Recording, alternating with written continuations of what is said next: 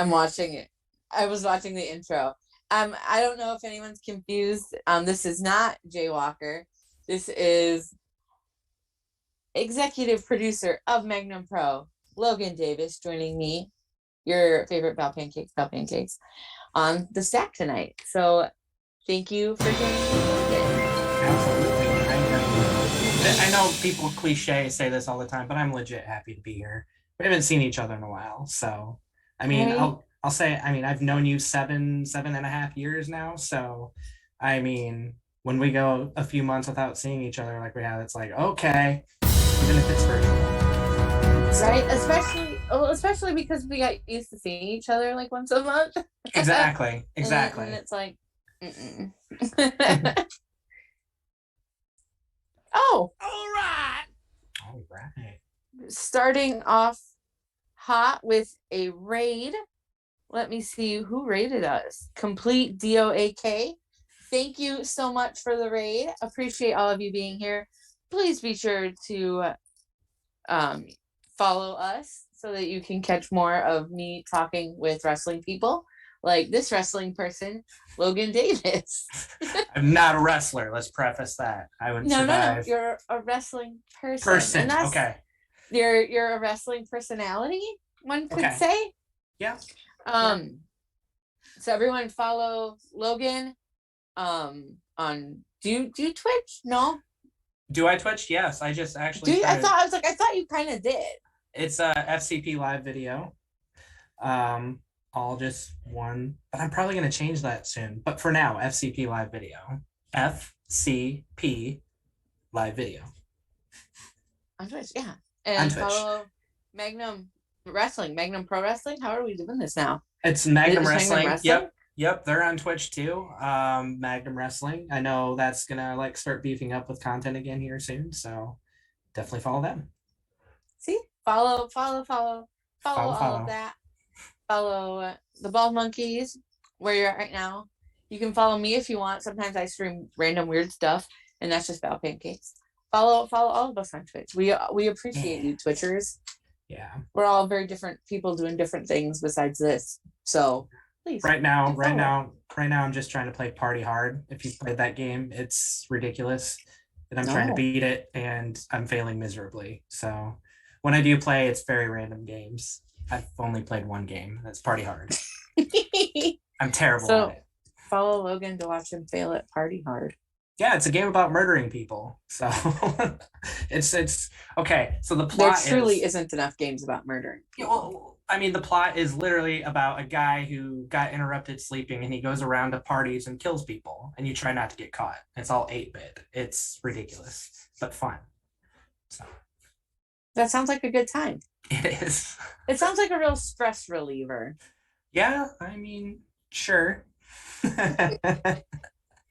See, we're already so far off the rails, which is to be expected. Yeah. That's just kind of how Logan and I are sometimes. That's our shtick. Yeah. Yep. But circling back to wrestling, you are the executive producer of Magnum Pro Wrestling here in the lovely Omaha, Nebraska, and assorted areas. But I've been going to Magnum for 10 years. They're my home promotion, if one will. I've known you for 7 of those 10 glorious years. And I do very little work with Magnum. I work the door sometimes, or sometimes like I work the merch table, or sometimes I just get to yell at people, which is great too. But you do a lot of the heavy lifting as far as making Magnum look good and look better than maybe promotions of comparable size or comparable area. So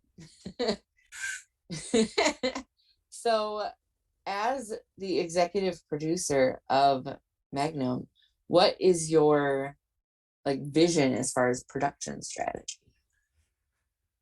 So my vision, I mean, and let's just rewind back to me starting was in 2014. Um, and kind of going into, I really wanted to film professional wrestling, since I was a wee little lad. And all the video packages and all that stuff too, like the WWE used to do. I mean, you got to think way back in the late 90s, early 2000s, they had those cool video packages that hyped you up for the show that opened. And I'm like, hey, I want to do that.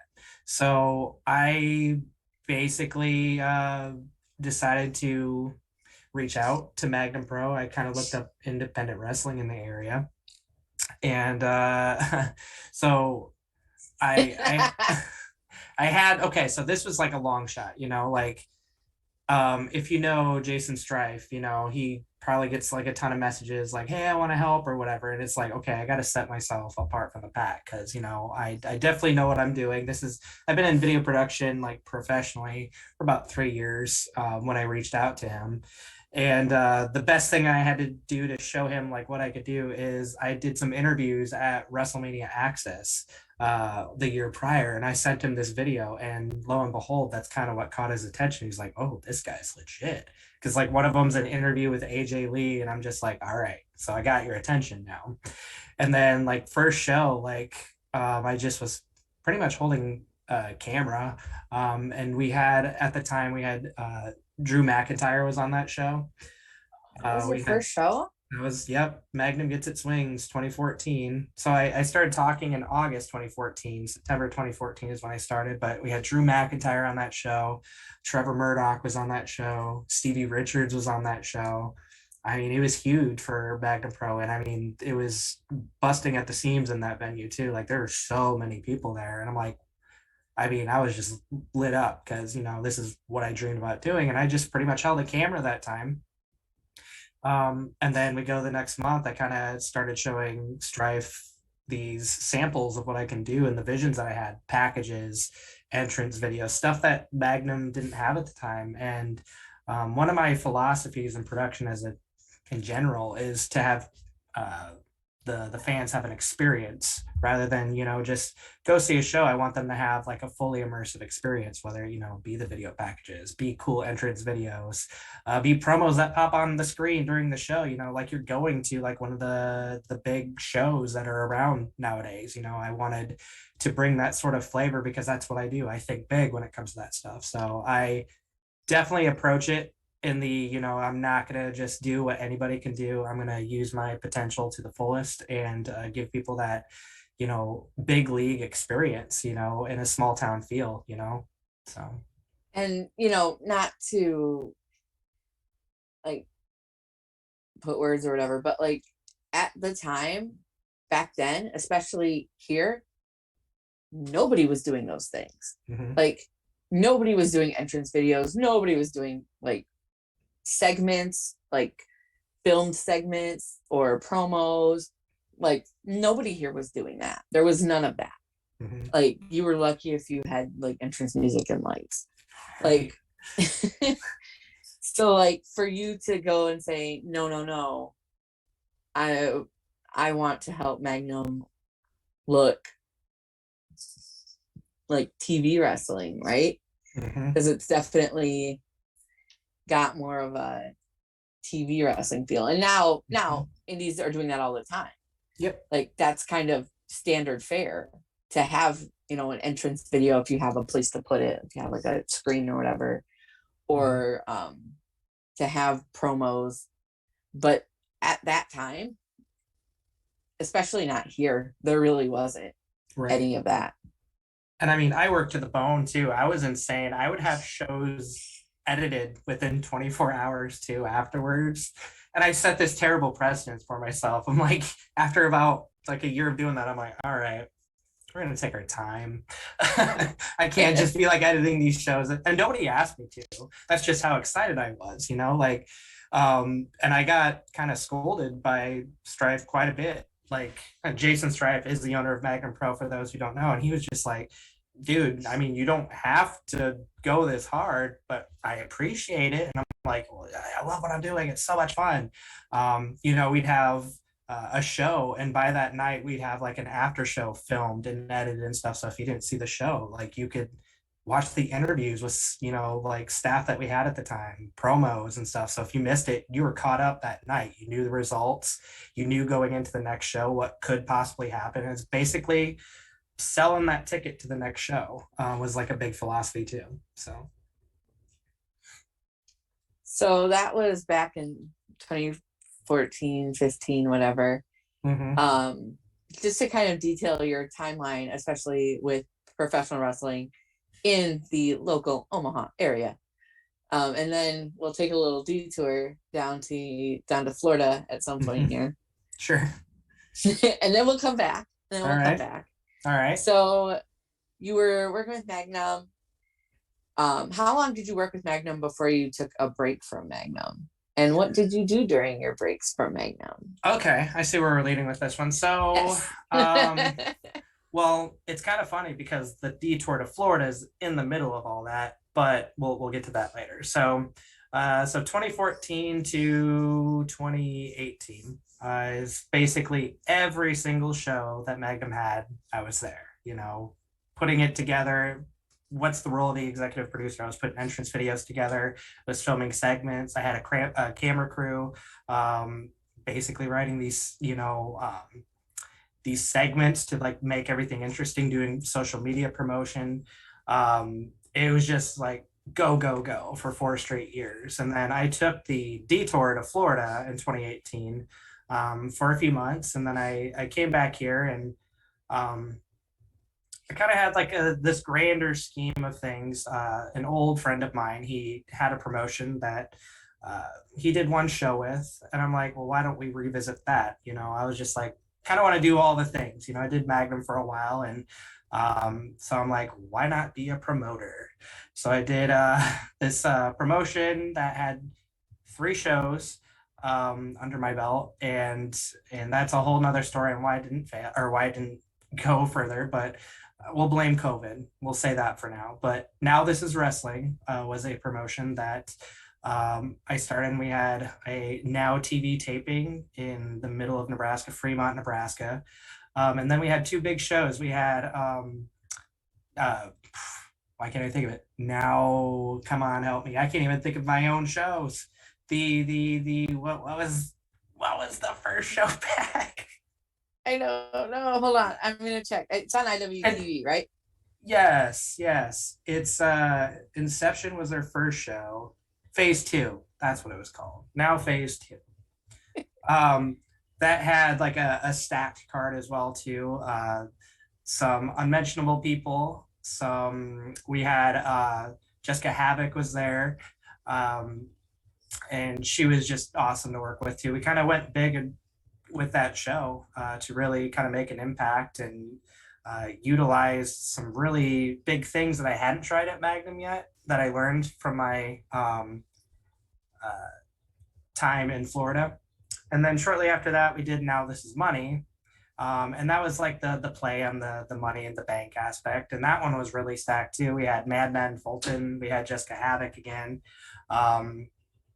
And we had M-Dog Matt Cross on that show too. And it was huge. It was a great show. It was a good show. I was there. And yeah, you went to both of them, and I was like super excited to see you. But you know, we had a pretty decent turnout at Phase 2, and then we did a Now This Is Money, and holy moly, like we had like almost 200 walk-ups, I think. Like pre-sales were like, "Ugh." I was like, okay, well, this isn't fun. And then all these people just walked up wanting to come to the show. And but my role in that too, I didn't really do so much production. That was more the executive producer, promoter role, and the aspect where I was just making sure the show went all well. I did do a lot of production still. I was basically the chauffeur to everyone. It's doing a lot, wearing a lot of hats, and it's stressful. So in some ways, I'm very happy it didn't work out. And but to say it was an accomplishment was an understatement, because I mean, it was some proud moments. The main event was a 6-man ladder match, and I will state claim, because you know AEW did do this, where they had, instead of all six starting, they had the countdown of like a Royal Rumble style ladder match. I don't know if they did that. I think it was AEW. It was one of the big boys that did it. And we did it before them. So we had this concept where people would come out and they would be chained to a post with a ladder attached to them too. So you had 4 of them around the ring chained to a post with a ladder. And then the first 2 participants would be in the ring. They had no ladders until that first person got released every 2.5 minutes, I think we did. So that was the big twist that we did, At one time, this company was owned by Vince Russo. True story. I had nothing to do with that. But yeah, that was my Vince Russo like twist that I had. I was like, let's do a ladder match, but let's have like something a little bit different. And there are some hiccups, there was a point where sometimes the handcuffs didn't come off. And we had people just standing there like, come on, let's go. We also had a woman wrestler in it too, Valentina Loca. She was, in there with 5 other men and she held her own. So it was, we had Darren Corbin in the match too, who like split his skull wide open. That was fun. And Kenny Alfonso. I mean, it was a stacked ladder match. I mean, they killed it. And, after that, I wish we had a show that was planned for after that, but then COVID hit and that kind of just let everything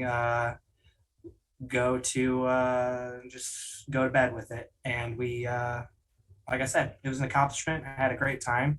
I see in the little feed there, I was monitoring the users earlier, and I saw Now the Final Word on there, which used to be our podcast for Now This Is Wrestling. I'm like, who has that account? I was like offended. I was like, I don't even know the password to that. And so it's my buddy Ryan, who used to do a lot with Now This Is Wrestling and does a lot. He's kind of a right-hand man with Magnum too. So better than the other person we thought it might be. Yes. Yes. And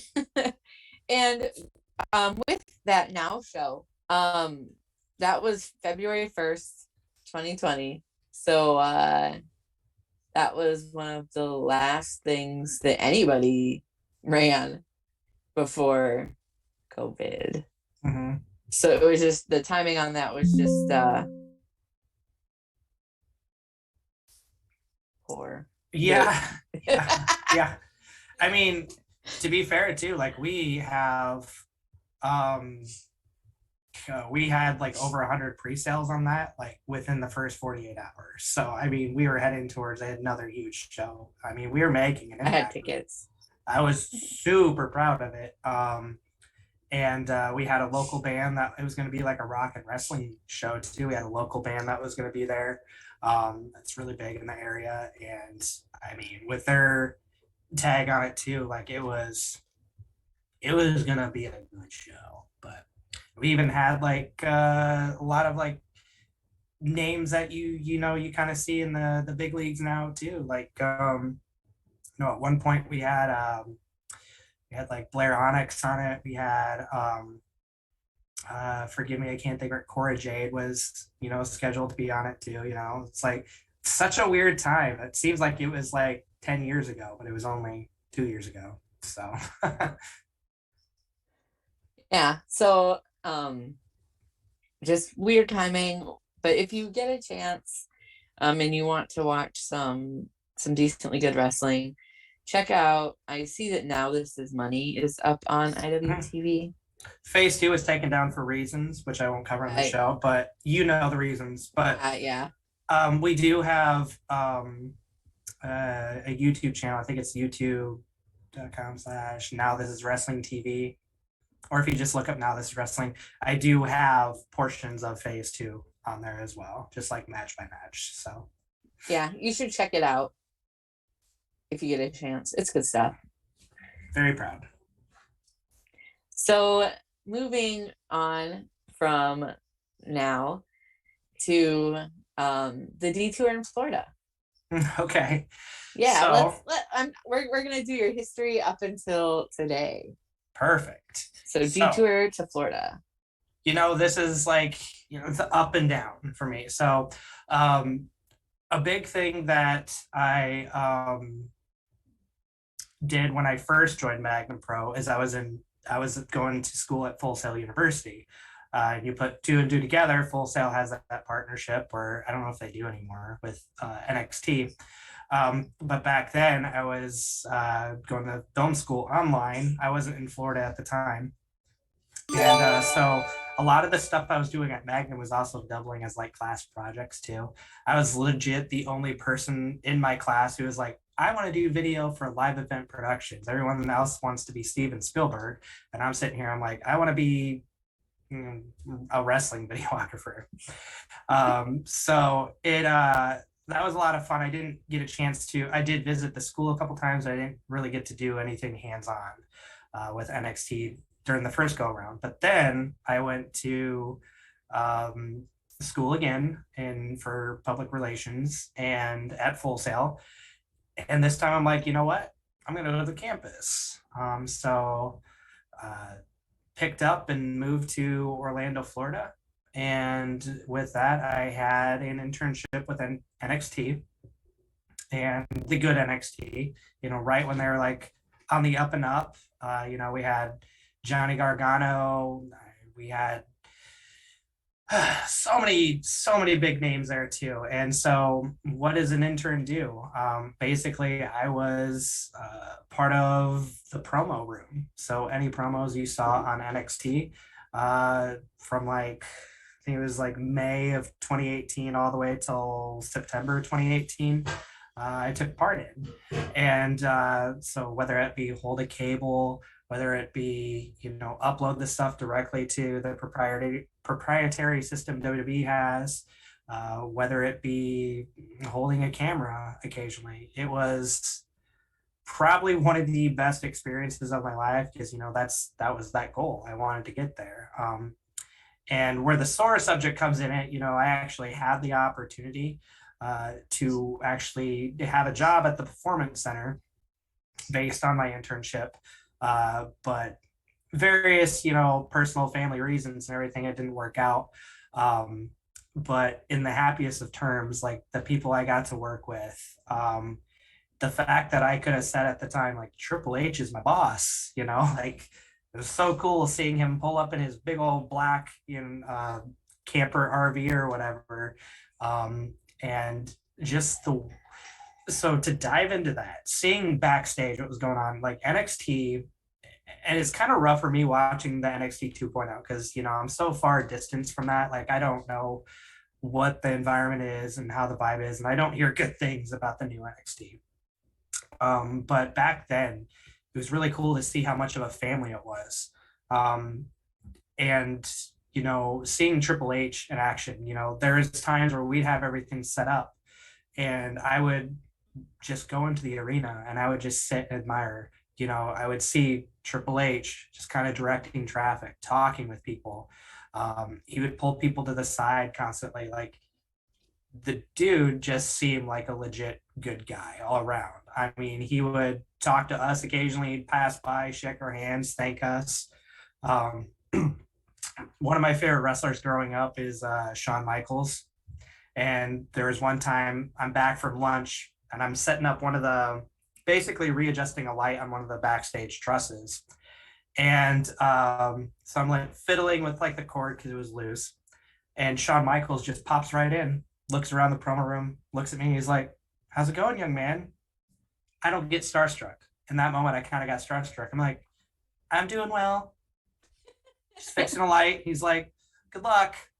And that was it. Like, I'm just like, did that just happen? Like, I'm walking backstage with, Michael Hayes, Triple H, Scott Hall was there a couple times. Caitlyn was there. There was just like various old wrestlers that would just be around. Like, I don't mean by old in age. I mean, Caitlyn's still pretty, all of them are still pretty young considering. I mean, not Scott Hall. I mean, that guy he's super old, but I still love Razor Ramon.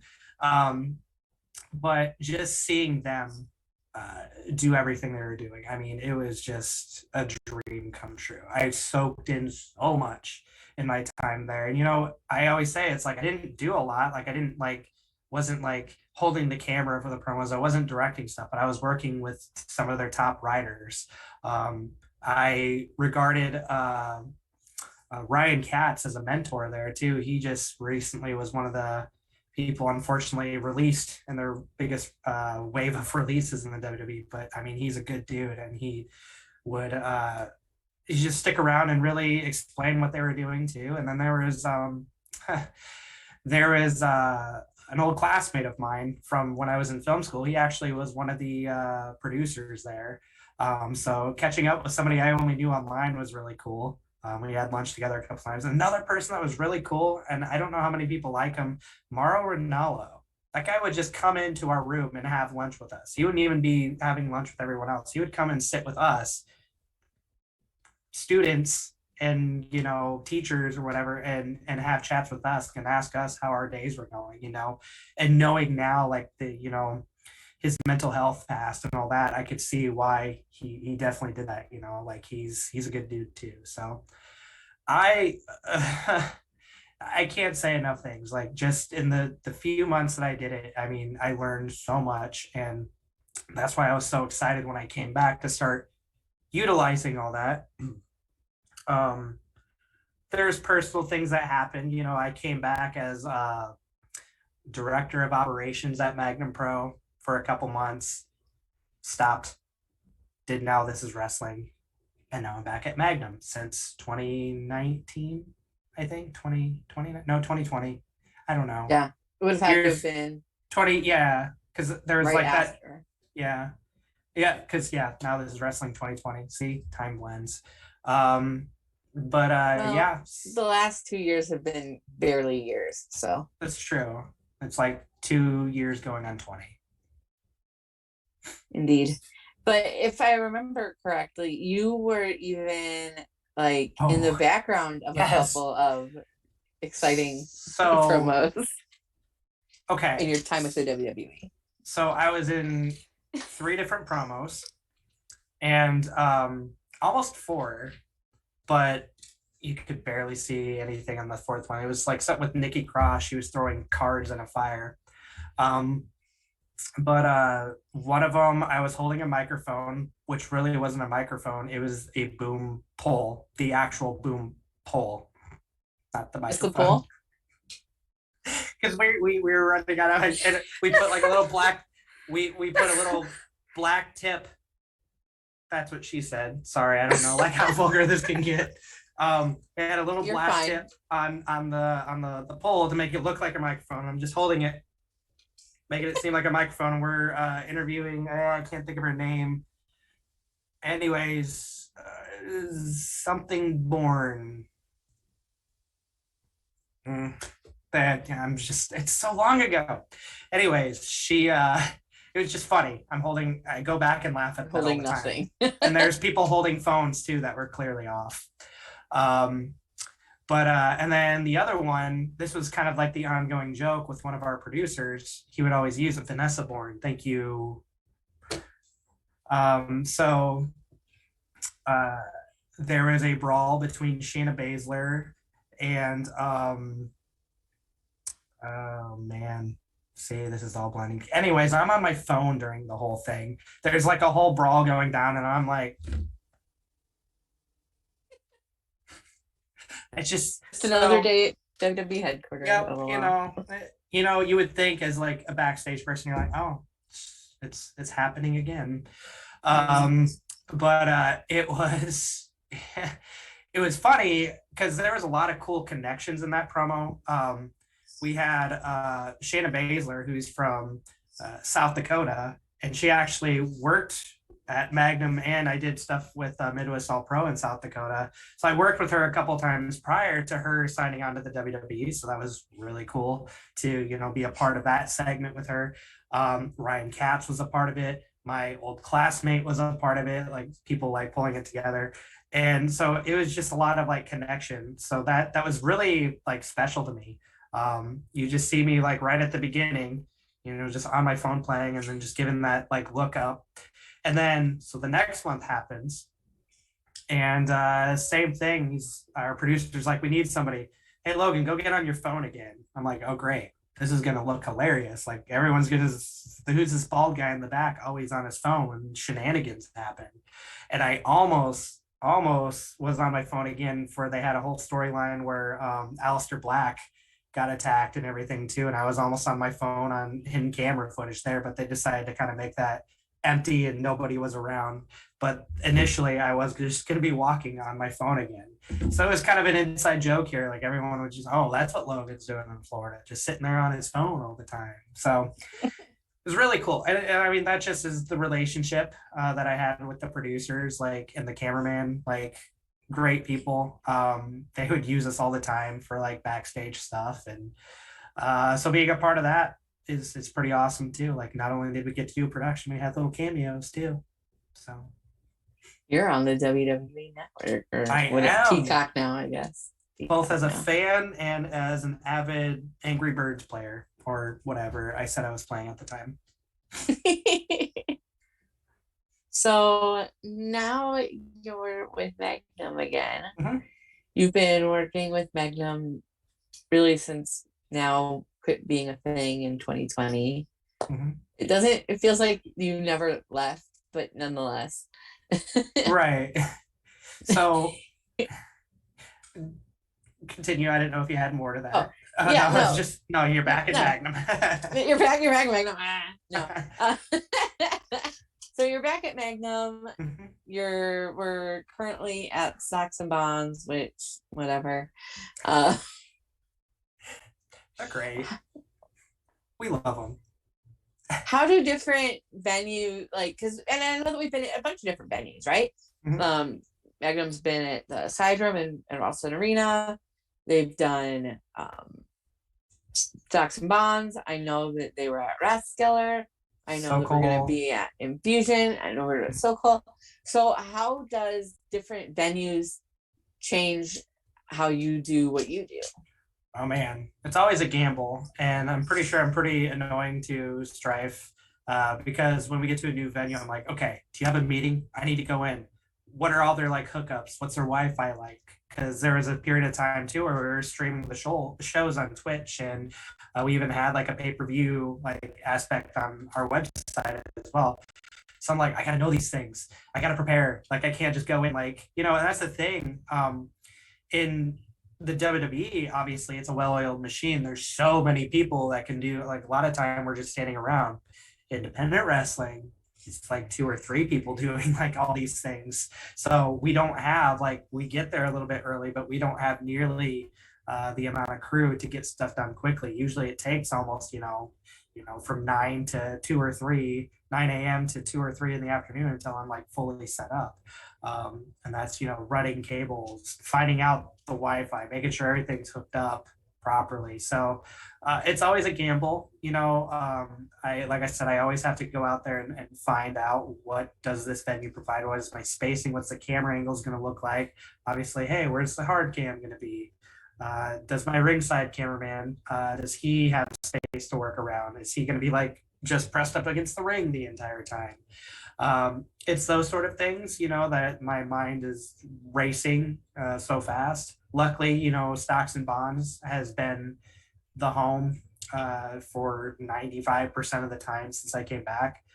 We did a couple outdoor shows, and those are just kind of like fun, put together shows, not necessarily worrying so much about stellar, like at least streaming production with those. That was just kind of more of in-house stuff. So definitely I have my little planner. I have to make my notes. Always hassling Strife. We've got to get this meeting done. I can't work in these conditions if I'm there the day of, which has happened before. But I like to think over time. I've seen so many situations that we can adapt, and we've adapted many times. But yeah, it's a fun. It's exciting to go to a new venue, but it's also like terrifying at the same time. Terrifying. Very. Speaking of streaming, I know that things are popping up on IWTV on demand after the fact. And I know that are you the one that's been like working to get a bunch of old stuff up there? Because I feel like there's been a bunch of old stuff put up on IWTV recently. Right. So it was probably the first couple months I was back. Strife gave me the hard drive of all the footage. This is stuff that I actually, before my time, there was stuff on there, but a lot of the stuff, it's what I put together, but we didn't really do anything with. So he was like, hey, can you go back and, see what would be feasible to go on IWTV.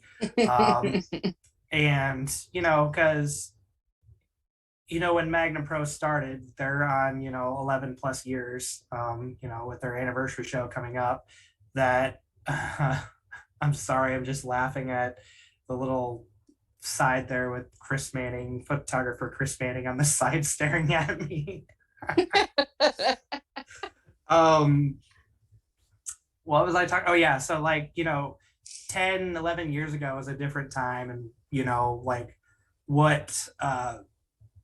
what was out there, I'm not saying there was bad things, but, people learn, there's things that were acceptable back then, that definitely shouldn't have been acceptable, but, you kind of have that knowledge, this is what we represent. This is who we are. This is who we represent and who we were back then too. It's just, juvenile humor. It happens.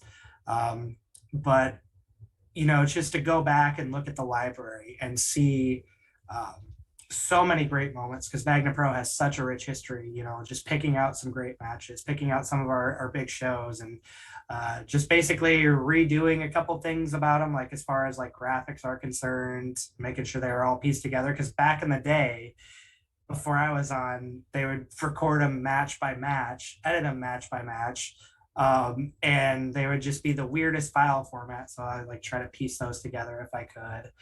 They'd have little intros, because back then, you'd still get in trouble for copyright stuff, but back then, don't want to have the copyright music on YouTube, because I think back then it was even stricter. I don't know. But they would put these little musical intros before. You wouldn't get entrances. You would just get this little highlight package of the match, and then it would go straight to the match. But anyways, putting all those together, and then Strife kind of took the reins, and he's been a machine putting everything on there too. So I would like to say I could take credit for putting them on IWTV, but no, he's been a machine getting a lot of the history on there, and there's a rich history of Magnum Pro. But you spent time cleaning them up. Yes. So yeah, I mean, I could take partial credit. Took time in cleaning them up. Took about a month. Yeah, it took about a month to get all that, and it's really cool to finally have people see those shows, because that's the thing that's always drove me crazy about our position. Magnum Pro is one of those, and this is not me being biased by any means. Magnum Pro, I mean, is such a good promotion. Even if I wasn't a part of it, I was just a fan. I just don't see why they're not bigger than they could be. And then going back in that library and seeing a lot of those shows, it's so cool that, there's a broader audience that's getting to see these great matches. We have so much hidden talent in the area, we got Red Wing, we have Devin Thomas, two really Devin Thomas is one of those people, you could probably throw him in a match with anybody mainstream, anybody top independent, and you would look like he's been doing it for 30 years. I mean, the dude is naturally gifted in every single aspect of the word. Same with Red Wing. I mean, the dude's a beast, just two big wrestlers that just have gotten it since day one. And, there's a lot of other talents that have passed. And of course, Jason Strife. I mean, come on. That guy, why isn't he signed anywhere yet? That's going to be the question that I ask for life. Somebody sign him, please. I mean, he was just on AEW Dark, a couple months ago, and I would be lying. It was in the crowd, maybe about 40 feet away from him, and tears were in my eyes, because yes, because people knew him. And this was in Minnesota. People cheered, for a Jason Strife, so it's he's known in this area. I just want him to be worldwide at this point. But yeah, there's just so many people that have passed through the hallways of Magnum Pro. So it's really cool, or Magnum Wrestling. That's what we're calling it. It's this rebrand, but Magnum Pro, you'll see a lot of the old stuff there. But it's just really cool to go back and have people actually see that rich history. So hopefully there's many more memories yet to come with us kicking off this Saturday. So I was just kind of browsing through what was all up on IWTV. There was a specific show I'm looking for, because I was referencing it today when I was talking to somebody on Twitter from 2013, where we had Pete Dunne and Mark Andrews in the Eagles Club. That was before my time. I'm not sure if there's some missing footage. It has to be somewhere. So hopefully it could be found somewhere. I know we've been digging a lot to find these things. So definitely ask Strife. See, I don't remember seeing it. I mean, it was before my time, so I would have been easily able to find it if I would have been familiar with it. But that's kind of news to me. I didn't even know that show existed. So yes, I think it was. I remember it so distinctly because it was one of the first shows I went to. I started going in the middle of 2012, and I specifically remember Mark Andrews on that show because I liked his entrance song and I asked him about it and he wrote it down for me. And I had that paper for a long time and I may still have that paper somewhere. Just basically an autograph, but not an autograph. It's like Mark Andrews specifically Shazammed autograph something for you before Shazam was a thing. Yeah, it looks like it was September 28th of 2013. We will definitely have to ask Strife this weekend. Battle Royal Cup 3. So yes, so for me, like when you say like Magnum has a history, like that's what I'm talking about. Like in 2013, Pete Dunne wrestled in an Eagles Club. Like yeah. I mean, you look at the history of Magnum Pro, it's very much a who's who, you know. Jason Strife may have not had a contract, but the relationships and the connections and the people that he's known over time like has brought a lot of great matches and entertainment for this area. And you know, you look at some of the names back then and you see what they're doing now, you're like, it's the epitome of independent wrestling. Like you're seeing people before they were big stars or right when they were on their rise too, you know, like you didn't know like they were going to have like these meteoric rises in wrestling, and here they are wrestling in Eagles clubs. So so I did see some of that footage. I mean, the ring was not even a foot off the ground. The ropes would always fall off, like the most shoddy production value, because you're in an Eagles club. You really can't do much, but they made it happen. People turned out. Crowds are huge. They built a name for themselves. I mean, Magnum Pro has been in business for 11 plus years for a reason. And it's, you know, it's those humble beginnings. Even before production, you know, I like to think, you know, I played a big part in like the production level and all that stuff too, but I just make things look pretty. You know, it's everything else. It's like the booking itself and the visionary that Jason Strife is. I mean, again, you look at those matches, you look at the people he was bringing in. It's pretty awesome. So when it comes to now, like to not now wrestling, but now today, we have the big return anniversary show coming up on Saturday, which is the 22nd. What is that looking like? Because I know that, you know, you were talking about how there's so much local talent. And I know there's a bunch of new people that are just fresh in the business that have only been in it for maybe a year or so. Who do we have to look forward to on Saturday? So, And I was promised a Some match matches. exclusive, and I didn't forget that. So we discussed, we're going to give you 2 matches, and we're going to give you a new talent that hasn't been announced yet. We have somebody new coming in, not new to Magnum Pro, but like it's a new announced yet. So, well, the big talk right now is we have former WWE star Arya Davari, who's going to be in the house. That's exciting. And so a lot of people have been asking, well, who's he going to go against? Well, it takes a lot of like thinking. We have a lot of up and comers, people that have worked their, I was going to say work their tights off, but that's a little too far. Work their butts off. We're not into those kind of matches. No. But somebody who has, he is so we have the Nebraska Pro Wrestling Hall of Fame here, and we had this is before my time too, but Chip Douglas was a local wrestler here who passed away far too soon, and he had a huge future ahead of him. And so we have the Chip Douglas Award, and I believe he was the second recipient to that. I believe Cold Stone was the first. The second one was a wrestler here by the name of Nikki Sent. And we're going to have Nikki Sent going against Arya Davari. An anniversary. And I mean, talk about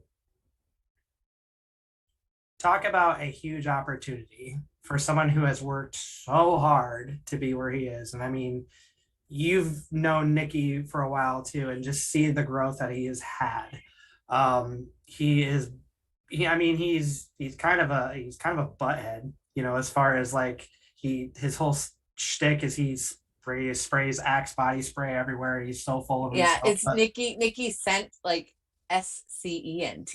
Yes. And he is, I mean, despite his stinkiness, despite his attitude, he is one of the hardest working people in the locker room. And what better way to test how far he has come than to go against a former WWE star, somebody who has a great lineage as far as like wrestling is concerned too. So I am very excited for that match. So that's been a big question. People have known Arya Davari would be there. And so now you got it. Arya Davari versus Nikki Sent. And let's see, what should I announce next? I don't know about. We'll do the talent announcement last. So we have a couple titles, 3 titles in Magnum Pro. We have our Magnum Pro Tag Team Championships. We have our Magnum Pro Championship, and then we have a new title that was introduced just last year called the Magnum Pro Top Gun title. And it is a beautiful looking title. I don't know if they've released anything with the new branding or anything on it, but you can see old pictures. It's kind of the same new logo. I'm pretty sure, you know, if not Saturday or if you're on our Patreon, you could see the exclusive look at it. But it's a new title that was introduced. That's, you know, you're the top gun. You're on the rise. You're kind of like one of the hottest things in the area. So we're gonna have right now our champion right now is TJ Bad Boy Benson, and he's he's something, to say the least. He is probably one of the biggest attitudes in the locker room. He's an MMA fighter, and he's kind of had no difficulty maintaining or retaining that title since he's a former Magnum Pro champion too. Like he's actually one of, I don't know if Strice watching. Pete, you can help me out on this. I think he's one of our only Grand Slam champions. He has been a tag team champion. He has been Magnum Pro champion, and now he's the Top Gun champion. So it's like, I mean, the guy has an ego for a reason. And he's a huge MMA star too here in the area. So maybe I just kind of inflated the ego a little bit by saying that. But we have a championship scramble for him. We're going to give him a huge challenge going against some great people here in the area. We have JC Slater is going to be in that scramble. We have Jimmy Wild in the scramble. We have Kit Sackett. You know, you see him on AEW a lot. He's going to be in that scramble as well too. And trying to go through, and we have maybe one more. I can't find it right on here in what I was saying, but it's going to be a 5-person scramble. So wow, for the title. For the title. So put up or shut up for TJ Benson. If he can get through this, like he can not lose the match, and he can absolutely lose that title. Exactly. So eyes everywhere. TJ. I mean, he's a snake. I mean, he could slither around. Like that's kind of his whole thing. He's very slippery. He has eyes pretty much everywhere. So if anybody could do it, you know, I don't mean to give him this much credit, but if anybody can do it, it is Bad Boy Benson. The dude is absolutely cerebral in everything he does. So we'll see. Okay, so here's something that just was announced to me today. We have Eric Cannon that's going to be in the house on Saturday. Who he's going against, I do not know yet. But Eric Cannon has just been booked for Saturday, you know, and if you don't know Eric Cannon, where you been? Somebody, it's the who's who of a wrestler too. And again, that was another cool experience when I went to AEW in November. He was on AEW Dark too, and you would think he was like John Cena or something. The second he came into that ring, the entire arena was chanting Eric Cannon. It was amazing. And I don't know how emotional he got. I was just like, wow, that's really cool. You know, you're essentially what the big leagues would call a jobber, and yet you have everyone wrapped around your finger. This entire arena knows exactly who you are. And of course, you know, he is the brainchild of First Wrestling in Minnesota. So like he has brought so many memories to the Minnesota area. So much deserved. But I am excited to have him be on the house on Saturday. So me too. It's always a treat when he's around. I mean, not only is he super talented, he's hilarious. I mean, the jokes he gives off too. I mean, I don't think he has kids, but I mean he could tell a pretty good dad joke from what I've heard. So he's a good dude. So I'm pretty excited too. I've only had a chance to work with him maybe twice, which is weird. You know, because he's been a Magnum a handful of times. So it'd be really cool to work with him again. That's awesome. That's super dope. I'm really excited for that because I really like Eric Cannon because you're right. He is, you know, really when you think Minnesota independent wrestling, your first thought is Eric Cannon. Mm-hmm. He's been such a stalwart there. And not only that, but I can't think of a single person that doesn't like him. Like he's very well respected and he has a good attention to detail. I remember, I think it was 2019. Some of the collective stuff you can find on IWTV. There was one specifically, like, I don't know if it was some sort of battle royal or scramble match or whatever, but somebody was taking a dive to the outside and you can see him haul ass around the ring to make sure that he's there so that person doesn't hit the floor. And I was like, hell yeah. Yep. Good guy, Eric Cannon. I mean, the dude's a gentleman too. Like, I mean, what's not to like about him? You're absolutely right. You're absolutely right. Dude's a rock star. So that's really, I didn't know that. So that's awesome. Was that the talent announcement? That was the talent announcement. Yes. Awesome. And I just found that out, I think today. So nice. It's really, is today or yesterday? Again, days blending through. I don't know. Time is just a construct. Yes. But who else can we expect to see at the Magnum Pro Show? You know, I can kind of guess because I've been going to Magnum Pro shows for 10 years, but right. There are probably people watching that maybe haven't. So who else do we got on the roster for Saturday? Yeah, so we have somebody who is JC Slater, we'll go back to the scramble. He was just on WWE SmackDown this past Friday. along with he's a homegrown talent trained by the one and only Jason Strife, Brixton Nash. He's kind of making a rise too. Him and JC Slater were the cart pushers for Sami Zayn and the whole Jackass segment that they had. So it's fresh off a WWE appearance. We have two guys in the house for that. Brixton Nash, he is going places. I mean, the dude just oozes so much confidence, and he is making waves already. We have Thumbs and Buns. We have our Magnum Pro Tag Team Champions, the Culture of John West and Con Artiste in the house too. John West and Con are two great people too that I absolutely adored. Like John West, founder of Black Wrestlers Matter, so it's always a treat to see him come in the house too. And Con Artiste is a hoot, a really good dude. The last show that we had was for suicide prevention, and kind of hearing some of his story too, like just drew me in even closer to him. I mean, he is an amazing individual. We have our Magnum Pro champion, Red Wing, in the house too, who he's going against. No idea, but I feel sorry for him.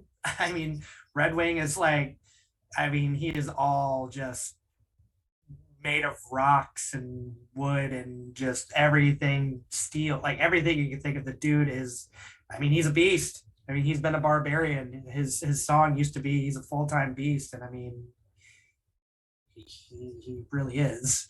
So whoever he's going against, I'm sorry.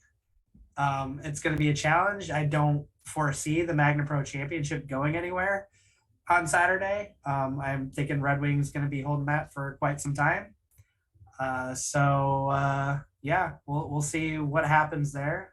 And we have, I think that's about everything as far as I have notes. We got Chillaleo is going to be in the house too, Max Chill and Gable Galileo. Space Pants. Space Pants. And then we have, I don't know who this person is. I think I know who this person is, but I don't know who this person is. It's Joseph Anderson. I know Joey Anderson. Oh. But there's this whole thing going on. I've seen these photos, and this is definitely not, it looks like Joey Anderson. But it doesn't look like Joey Anderson. It's just giving off these really evil, Joey Anderson is probably one of the nicest people you'll ever meet in your life. He gives really good hugs. Yes. Him and his, amazing wife, just two amazing people. And then I'm seeing these pictures of this Joseph Anderson guy, and I'm very confused. He's supposed to be there. And apparently JC Slater's cat is supposed to be there. That was a talent announcement too. I don't know the codes on that about having cats or how that cat is going to fare. Is the cat in a backpack or on a harness and a leash? I don't know. I'm personally scared. I love cats, but you don't put them in big crowds of people. And if the cat's going wrestling shows, if the cat's going against somebody, I feel sorry for them. Better get some first aid kits in the back, because you're going to have a lot of scratches. I hope it's not Weston. No, Weston, who is, as far as I know, he's still the Magnum Pro general manager. So, he's the one who books these shows. Jason Strife is just kind of, because dogs can't talk. Jason Strife can talk to his dog, Weston, but other people can't understand him. So Weston is the brainchild of Magnum. So, plain and simple. You never know. He could have booked himself in a match against JC Slater's cat. Weirder things have probably happened. Might I forget too, it was just on there too. We have wrestling photographer extraordinaire Chris Manning supposed to be there, and he broke our budget. So that Chris will do that too. I also see that Shay Purser rated us with a party of 8. Thank you so much for rating us, Shay. You're wonderful. And I hope that someday you get back to America so that I can see you wrestle, because you wrestled in Des Moines and I was too dumb to go.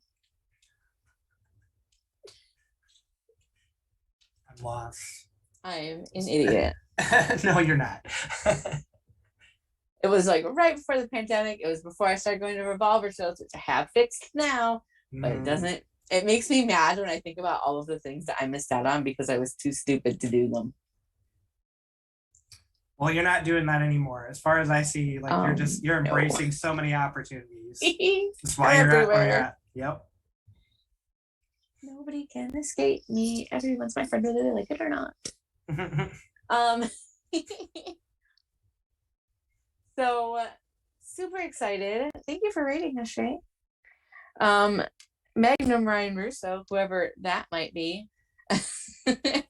said, isn't Yellow Dog the translator for Strife and Question? Yeah, I mean, I've he seen probably makes a good go-between. Yeah, I've seen conversations in the back. They're very weird.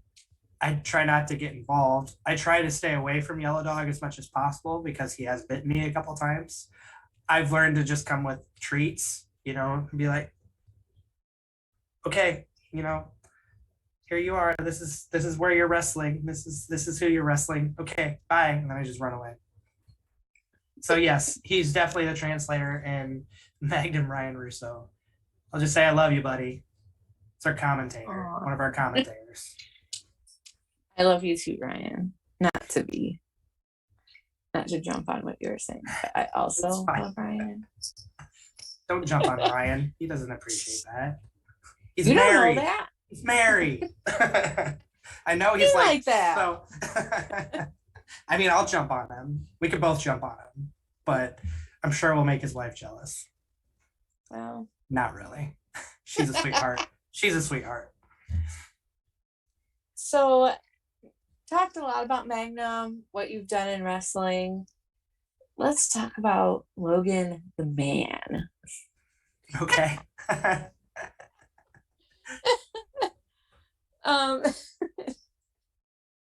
Do you have any pre-show rituals that you do? And then, like, what is your, like, normally I ask people what their favorite road snack is, but, like, you don't really road so much. So what's your favorite, like, pre-show snack? All right, so we'll go the ritual. And I don't know if I really have a ritual because it seems like, you know, I have the pre-show that I have is basically when I'm done setting up. That's when I kind of take that time to say hi to everyone, grab a snack, usually at the Dollar General right next to us. So it'll be like something not healthy at all, like combos or, you know, an energy drink or something of that. You know, sometimes I'll just, I'll get drunk with Daisy Daniels. We'll throw back a couple beers. I mean, I'm the one who gets drunk. I need it sometimes. I don't get drunk. I got a show to, you know, help run, but yeah, I got a little bit of buzz. Look, so I'm not super nervous. I've had to get Daisy waters to help her sober up before. So you can't tell me. I just don't want to be the one to call somebody out because, you know, I'll do it. Okay. I have no problem. You have the permission to. We've been best friends for 18 years. It's fine. She is a hoot to be around, to sober or drunk, but usually pre-show ritual is like talking with Ryan, saying hi to everyone coming in, because right around, you know, 3 o'clock is when everyone starts rolling in, getting ready. A biggest pre-show ritual for me is try to use the bathroom before the crowd comes in, because then the bathroom's gonna be packed. You know, I don't want to have to pee all the way through the show. I have done that a couple times. It's not fun at the end of the night. I haven't peed myself, so I got that going for me yet. But I mean, I feel like that's kind of my pre-show ritual, is just kind of at least enjoying the environment a little bit while I can, taking a breath, telling myself everything's going to be okay. If something happens, it's not the end of the world. We'll fix it. And then hanging out with, you know, a lot of the close people in my life in Magnum Pro, and that's you, that's Daisy, that's Brian. And of course I'm around Strike. I mean, he's very important to me too, but he's also my boss on those show days too. So it's kind of like, it's the best of both worlds. Usually it's me and Daisy, like, can we have an order of who's wrestling so we kind of know how to program this show? But for the most part, you know, it's just us kind of hanging out. taking a breath. And then, yeah, I guess they covered the whole pre-show snack. It's just usually something salty or sweet from the Dollar General next door. So combos. I love sweet tart ropes. If you haven't had those are amazing. They have like different flavors. I'm a fat girl and I love candy, and I've absolutely had those, and they're absolutely delicious. Have you had the green apple? I don't like apple anything. Okay. I think apple is the worst flavor known to man. So the green apple is really good. Why would you? No. Okay. But they also have a tropical one that's really good too. I have had the tropical one. But the original cherry punch is just cherry as good. Punch is good. I don't like the strawberry ones. I haven't had the strawberry ones. They don't have much flavor to me. I'm not much of a strawberry person anyway, so yeah, I wouldn't waste your time on those. And if I wanted strawberries, I'd just get Twizzlers. You know, that's kind of like a I get made fun of that because that's kind of, I guess that's regarded as an old man candy. I mean, Twizzlers. I love Twizzlers. I mean, I got made fun of before by someone very important that calls it an old man candy, so I'll take it. It's not black licorice, so yes, exactly. If it's black licorice is an old man candy. Black licorice, you're like 72. Or so like a Werther's, like one of the hard Werther's. Like that's an old person candy. Yes. Also, circus peanuts, but that just might be because my dad likes them, and my dad's an old man. That was something I liked as a little kid. I don't like it as I get older. So I don't like circus peanuts. It's true. John Davis does love Twizzlers. Oh, I didn't know that. I mean, weird. It's a good road snack. I mean, that's awesome. It's a convenient road snack. You take one out of the bag and you just kind of you eat it. You don't, if you get good Twizzlers and you don't like leave them in a hot car, they don't leave your hands sticky. You can just eat your Twizzler and you're good. Yeah, they don't get melty either. Yeah. If it's a 4 ounce, and it's a non-melty candy, which is sometimes an underrated property of candy. Because like if you leave like gummy worms or some crap in your car when it's hot, you have a gummy brick when you come back, dog. Yeah, I've done that before. It's like just a big old like ball of gummy, and then I'll just go like this. Have you seen Ace Ventura? Like when he puts all the gum in his mouth, like that's me with a ball of gummy. I'll just stuff that all in there. Got my gummies. No savoring whatsoever. Not like I have a knife in the car that I can cut it into little pieces. You just have to take bites out of it. Like an apple. But then my hand will get all sticky. True story. I have an old friend of mine when I was in the Air Force. She would play pranks on me all the time. She took a bag of my gummies. She got me ones afterwards, so don't be sad at the end of it. She took a bag of my gummies, put them all in the microwave, and then just put them on my desk. No paper towel, and they were all red. It was like Swedish fish. It was just like a big old blob of red across my desk. I was so mad. How dare she do that? And then one time, like, she left her car unlocked, and I dumped bags of trash, like tons of trash into her car. But yeah, I still ate them, though. I ate the Swedish fish, the glob of goop that was on my desk was clean. So. Melted Swedish fish. Nice. She got me some. I mean, she got some. She felt bad, but not really. Well, that's all you can do, right? Right. I did eat the blob. I would have just eaten them. It's fine. And I said we were going to get away from Magnum and wrestling, and then I remembered a question I wanted to ask you, so I'm just going to go for it. Sorry, I'm all over the place. It's fine. I expected that. Because I think this year Magnum with their shows, they're doing a portion to a different charity every month. Is that accurate? Do you know anything about that? I feel like I saw that somewhere. Yes, I know that's something. I don't know specifically on this one. I feel like it's a dog thing. Yes, that's what it is. Yeah. So, Stripe has this thing where he's always been big, especially into like animal charities. I mean, dogs. I mean, that's the way to Jason Stripe's heart.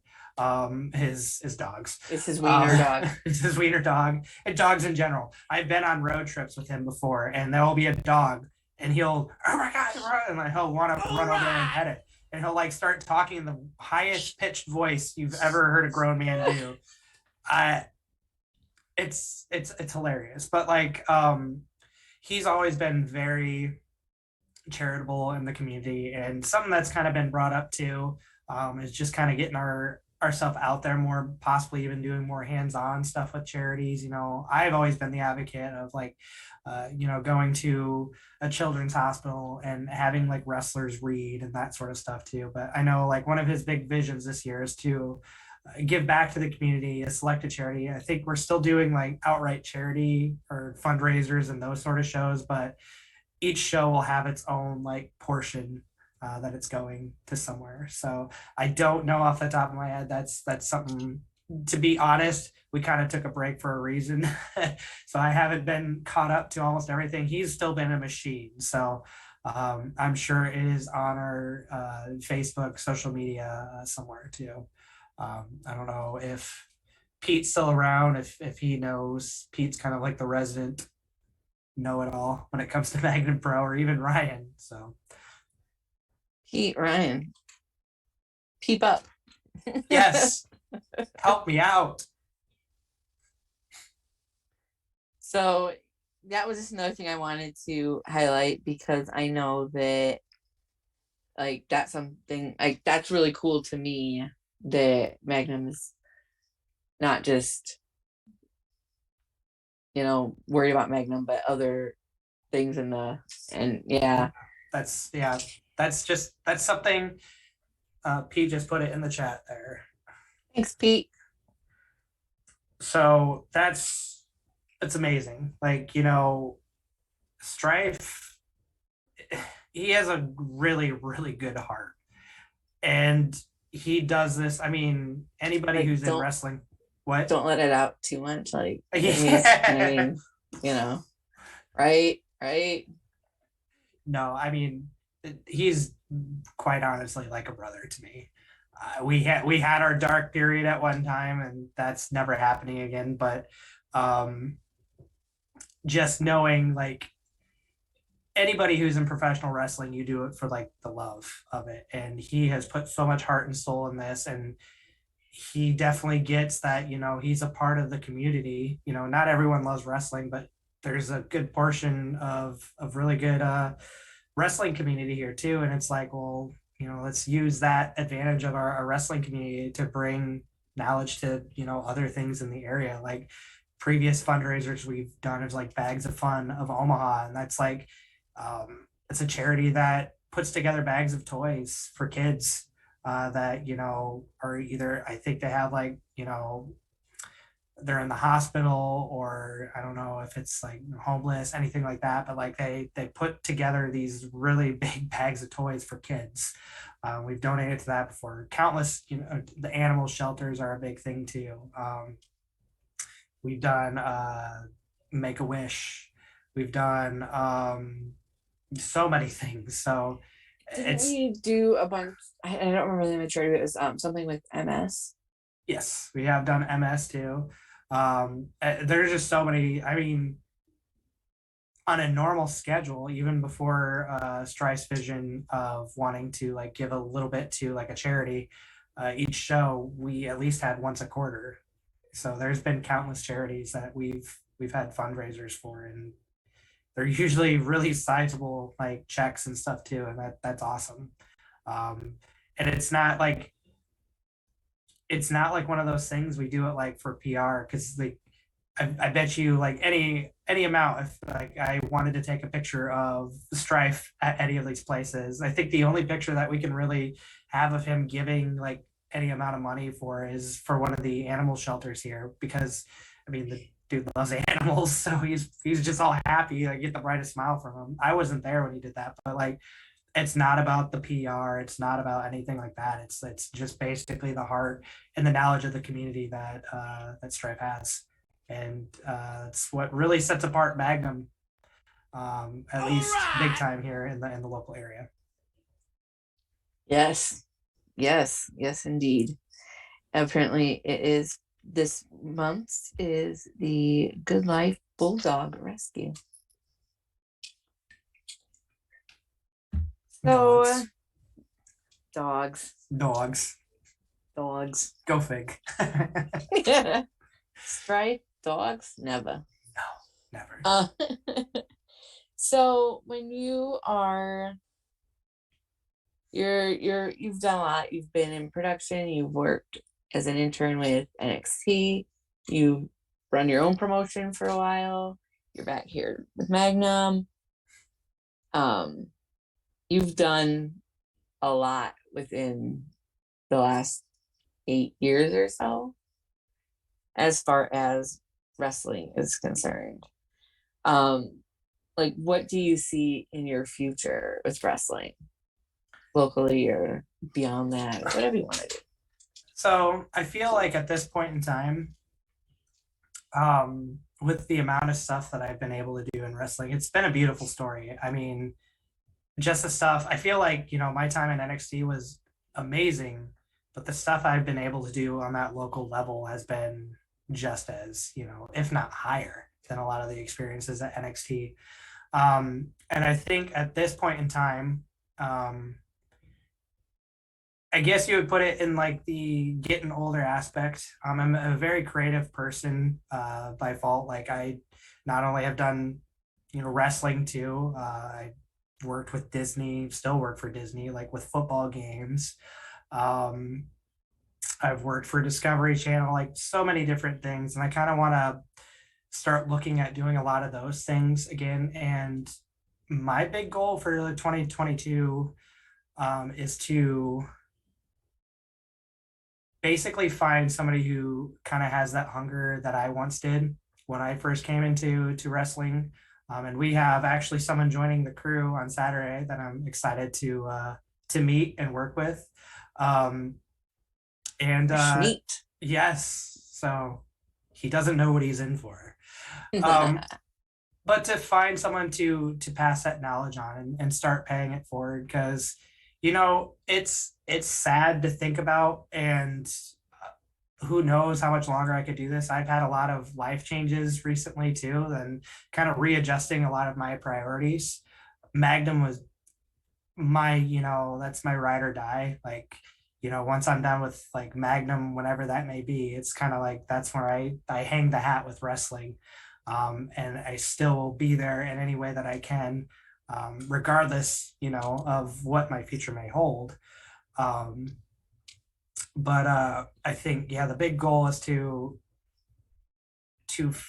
find people who have that hunger too, and give them the opportunity and give them excitement and spark, that I definitely had when I joined this, 7 going on 8 years this fall, to have people have those opportunities. I want to see more success stories on the production side.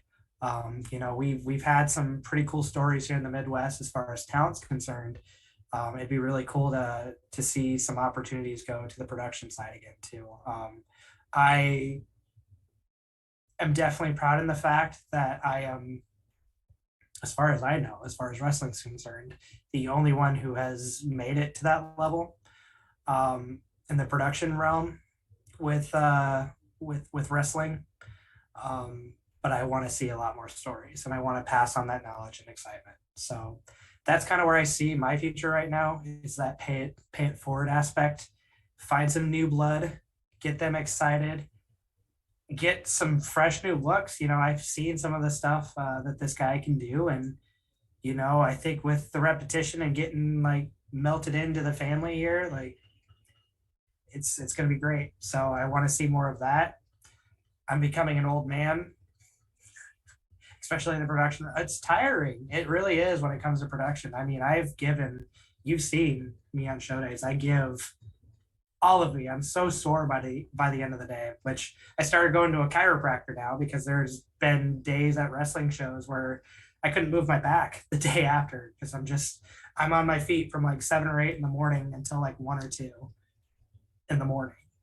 And that's just, the stress of putting the show together. Everything moves so fast. you know, the work that it takes to put everything together. It's such a fast day, but yet so grueling. Like it moves so fast, you don't really realize the amount of pressure you're putting on your body the entire day. So I would like to give that to a young whippersnapper. Let my body take a break, try to maybe ease off on a few things. But again, you know, Magnum forever will have my heart. It is my ride or die wrestling promotion. So I'm excited to see what's in store for the future, and hopefully we get some new blood in. Nice. So now some random fun questions, because this has been a very heavy time, and random fun questions, except for that I just made them disappear. Cool, we're back. I was like, so if you could create your own title, what would it be for, and how would it be defended? So title as in like championship title, or okay. Yeah. Create my own title. King of the promos. Or nice. Queen. Or just person of the promo. Promo person of the year. Promo person something. Triple P. I don't know. Find a P word there. Help me out, chat. Promo person whatever. Anyways, so promo type. What's that? Promo professional person. Promo person professional. Ooh. Okay, so one of my biggest things in wrestling is the stories. I mean, you have to be invested. Like, it's really hard to get invested into wrestling if you don't have at least some story on who the person in the ring is. Why are they fighting this person? And, you know, it's something I've always been heavy in, is not only like, you know, scripting things, but like seeing people grow in confidence and really sell themselves as a wrestler and go further. So I would love to see perfect promo person. I would love to see more work done in that area. Like, I mean, there's some bad promos out there. And, you know, nothing turns me off more in wrestling than seeing somebody who doesn't have confidence in themselves. You know, I hope they find it. It's not me like writing them off. It's just, it's sad because you want to see that confidence, that overall confidence outside the ring and in the ring.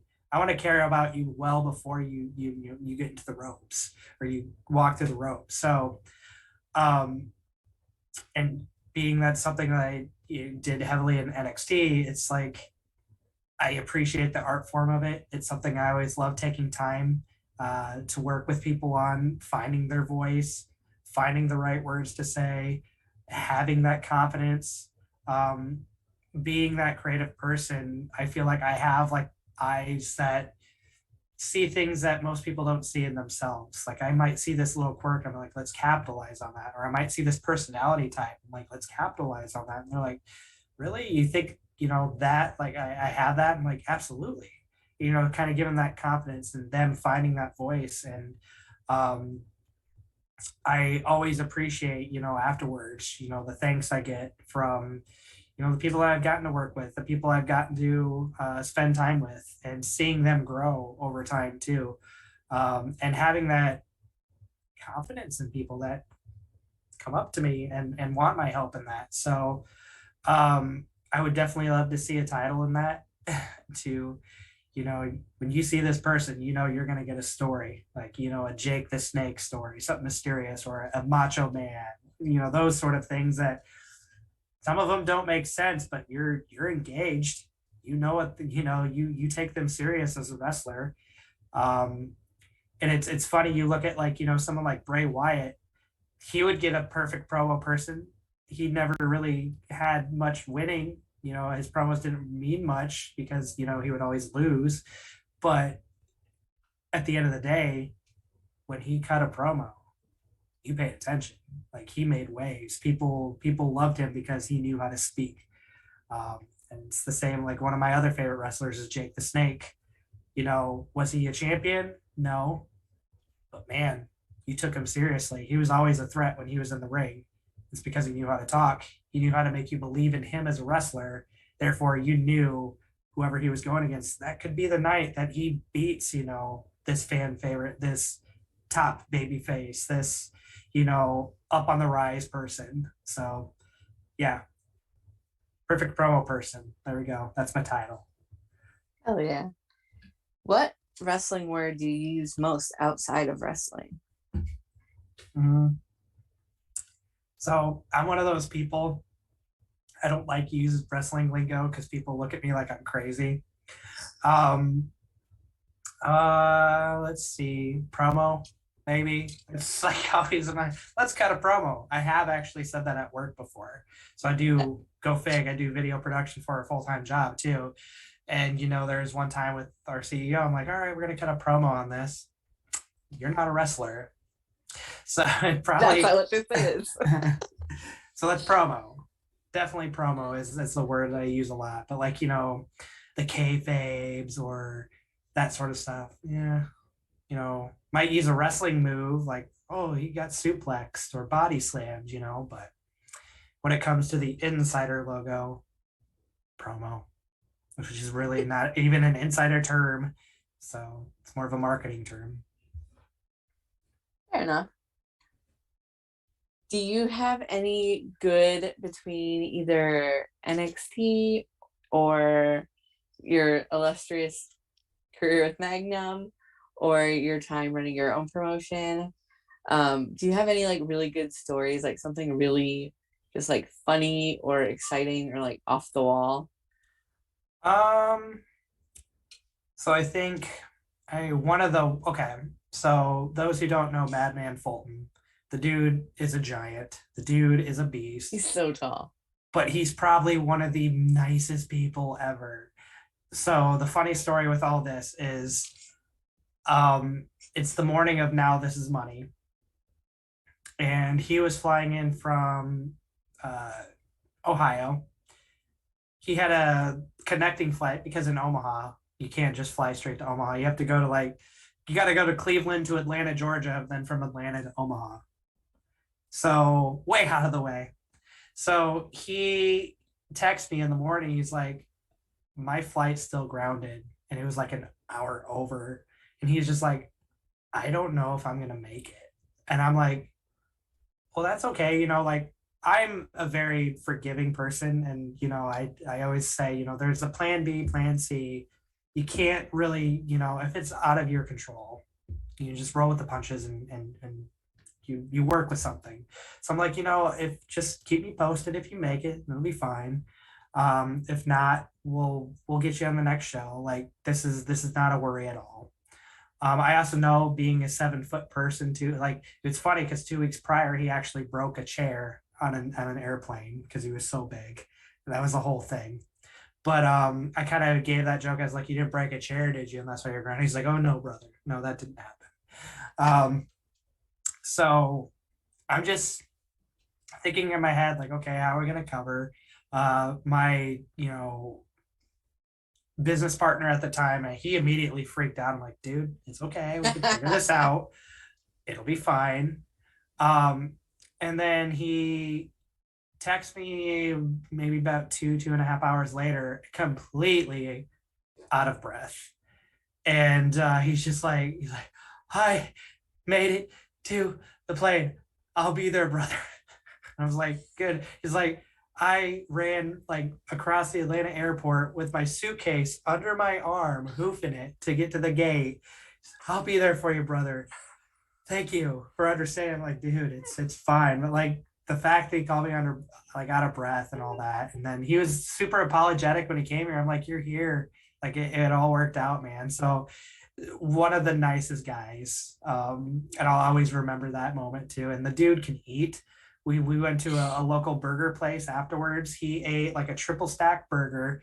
He had a side of wings. He had a large order of fries. He had a milkshake.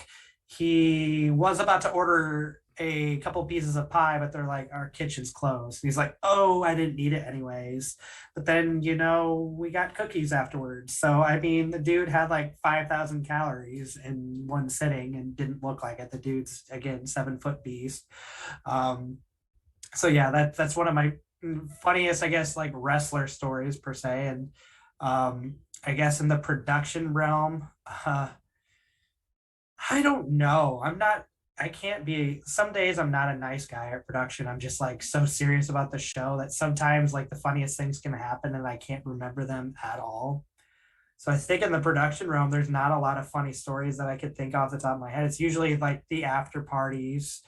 There's a time that Drew McIntyre was karaokeing with everyone.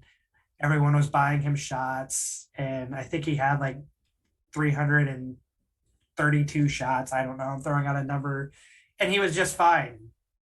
He like got up for his flight like 2 hours later and was just fine. But he was karaokeing with people, also one of the nicest people, and some of the funniest moments that you would see from somebody. But yes, he was definitely singing with an accent too, and he was a great guy. But like when it comes to production, man, I'm just so serious. I don't find things funny. I can be a bear, and I'm so apologetic afterwards, and people know. Like I don't like do it like grr, like I'm like mad at you, and I'm like not a complete butthead about it, but like I'm just very serious. You've seen me on Showtime. I'm zoned in. Until that show's over, like you're not gonna get fun, Logan. So off the top of my head, I don't really have any funny production stories. Sadly, it's usually like the things that happen afterwards. So many memories at Magnum after shows. I mean, this is why we're all like a close knit family, because of some of the stories we can share and some of the moments we've seen with each other. So, oh yeah, were you with Magnum when AJ Styles wrestled? that was right before I joined. It was like a few months before. Like it's all running together because I'm old. So no, we had AJ Styles. Were you there when we had Matt Sydal? Nope. I think that was the show before, or month or two before. I think That's Matt possible. Sydal was like the right before. Yeah. Right on the cusp before joining. Right? Like right there. I remember that Drew McIntyre show because me and Danny were sitting just in a booth and he came over and was talking with us, and I was just talking with Drew about our cats. Yeah. And I was like, nice. We were showing each other cat pictures. Not surprising. It's just dude's just a talkative, nice person. So what a sweet man. Like, and not real long ago, I saw on his social media that his cat had passed away, and I was like, oh, mine too. I didn't know that. Yeah, it's sad. Yeah. I was like, I had this like emotional attachment to his cat because we talked about them. Right. Like it's so weird, but like, thanks, Magnum Pro. So, I'm on Twitter all the time, as you well know, and I like to get into Twitter Spaces. I mention it because this is a question that originated from Twitter Spaces. So, what is the biggest animal that you could take in a fight with just your hands, no weapons? And you can pretend it's attacking you so that you don't feel bad about it. Man. So I definitely wouldn't be strong enough for a kangaroo. I'm not going to go that big. Punch your head right off. I like lions and tigers. I ain't going to take one.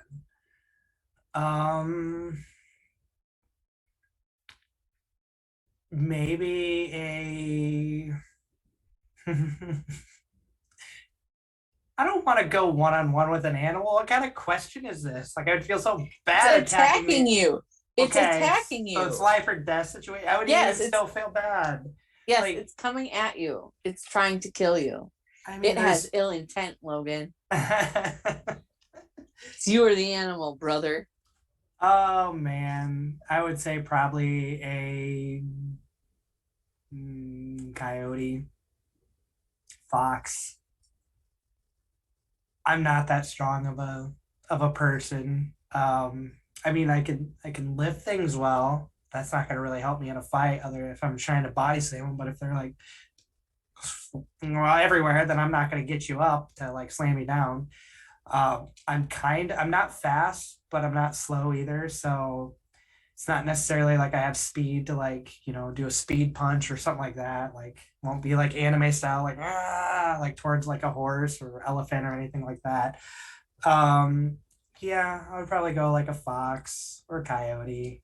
Like I used to live in an area where those were around, and I kind of had scenarios in my head where if I got attacked by one, I kind of know what to do. Not any bigger than that, though. Fair enough. So, as my friend, I'm asking this question. How do you take your pancakes? So can I do flavors of pancakes? Yeah, like if you like blueberry or Yep. if you use like syrup or jelly or whatever. Blueberry pancakes all the way. Just regular syrup is fine. You got to have butter on them. I just recently got a Captain Crunch pancakes. There's a batter for that, and there's actually a crunch berry syrup that you can accompany with it. It's actually really good.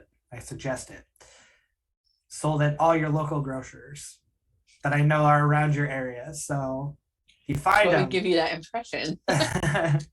so if you find them, I definitely recommend them. You won't be disappointed. They do look a little Christmassy because they just use the red and green crunch berries, but they're still good. Dope. I appreciate that. Yeah. See, I asked you that as a friend because if you would have said that you prefer waffles, um, I would have had to reevaluate that decision. No, so I rarely eat pancakes. I will admit that. But if I was going to have a breakfast item, I mean, if I go to a breakfast place, I always have pancakes as a side. So there's this really good breakfast place that I go to a lot with my significant other, and I get pancakes, with the side. Good. You get the eggs, omelet, or whatever. What's on the side? Pancakes. I don't do toast. I don't do waffles. I'll do pancakes. That's why we're friends, Logan. I'll take the pancakes. So I'm going to have one more question for you. Then we're going to go to questions from chat. We Okay. may, in fact, have a lightning round. I'm not sure. I think we do. And then I will ask you about just kind of wrap up as far as where people can find you and talk about. I know that it's already been announced, the Magnum February show. Mm-hmm. Just to kind of gloss over that a little bit. It's pretty big. Because exactly. She never said that. I've become a really bad "that's what she said" joke person within the past couple months, so I'm just warning you, it's going to drop like at least 50 times on Saturday. I'm going to refute them with witty comebacks. Anybody who like watches the show, I have a huge blanket that's now a poster of The Office painting. Like, I'm a huge Office fan, so I don't like The Office. I don't think it's funny. I thought we were friends. Oh. See, at least I like pancakes. Give The Office a chance. I went to Chicago. They have The Office experience there. I went all the way to Chicago just to see that. No other purpose. I tried watching The Office one time, and while there are parts that are objectively humorous, and I can maybe muster a chuckle, I am mostly just secondhand embarrassed by watching the show, and I just can't. I just feel bad for them and embarrassed on their behalf. It's not for everyone. It's clearly not. just like Omaha. It is probably the most important show in my life for many reasons. So as long as you understand that, we'll continue. You can be wrong. Friends. Yep. Fine. I'll gladly be wrong when it comes to The Office. Gladly. So I'm going to take you on just a little like journey. So like journey with me. For pretend that you decide you're hungry one night, maybe a night not unlike tonight, and you go to the store and you are walking around the store and you're like, I want something sweet, and you're meandering down the many aisles of your local bakers, and you go down the cookie aisle and there's a bunch of cookies, right? Like you're like perfect, I love cookies, but not only do I love cookies, I'm gonna go with America's favorite cookie, which is indeed the Oreo. And so you're like, I'm gonna have an Oreo, and then you're like, I'm going to have not like, I don't want any of like the flavors, like I don't need any of the weird flavors for it. I just want like a chocolate cookie with vanilla white cream. That's all I want. Okay. But like you still have options, right? Because you can get like the thin Oreos with the thin Oreos and the thin cream. You can get just like a regular, like standard OG Oreo, regular boop boop, or you can get like a double stuffed Oreo. So like, which one are you picking? Double stuff. Double stuff hands down every time, because I like to dunk in milk.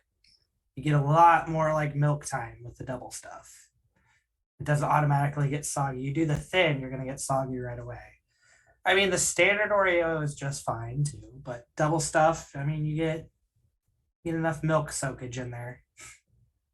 Nice. So that is the unofficial correct answer to the question. All so right. Congratulations. Yes. You win nothing. But you do win. So I want a spot on the stack. So yeah, lucky it you. Paid for itself. Don't sell yourself short. This is fun. Only because you know me and you have to say that because I'm going to see you in 2 days. Yeah. Christopher, fearless leader Christopher. Yes, I am. Do we here. have questions from chat? Yes, we have a few questions from chat, and Vic says you could stay. That was one of the better answers we've ever gotten for the double stuffed Oreos. I love the idea of dunking. That is totally my thing too, dunking the Oreos, and how long you can dunk it in the milk. Yes, the double stuff lasts much longer. 100%. 100%. So we will start with our VIP Vic. One of his staple questions is best wrestling gear of all time in your opinion. Who has it? Best wrestling gear of all time. Man. I had always been a fan of the Ultimate Warrior in like the gear that he had, like all the little lacy stuff that was on there too. Shawn Michaels. Yes, tassels. Thank you. Lacy stuff. Come on. Learn the English. Like, what is this, lingerie? Shawn Michaels. Shawn Michaels in the 90s had like the coolest costumes too. Sometimes it got him in trouble. I remember I think it was a WrestleMania or just a Raw where he actually got stuck in the grating, the steel grating, and he had to like rip that all off too. As long as it's like flashy and colorful, that's what always drew me back then. It's like, oh man, you took time in those designs. Rick Rude. Like Rick Rude had like those really cool, like the spray paint, like of his face and all that stuff too. Like people that took the time and really customized their gear and didn't just go with like a color scheme or just their name. They actually like did stuff with their gear was super cool. So I don't know if I have a specific one, but as long as it was like glitzy, flashy, custom, you got it. You sold me. You got a character already. Definitely. Yeah, no, all excellent points and good answers. I think ones we've heard before too. And I remember that exact Shawn Michaels episode where he got stuck in the grating and just had to rip it out. So yep. As Pyro's going too, so he's like, I'm gonna get the heck out of here. Yep. So our resident referee, Shiny Shoes, Ref Shiny Shoes, is in the chat tonight, and he just has one simple question for you. Are you Shiny Shoes' favorite wrestler?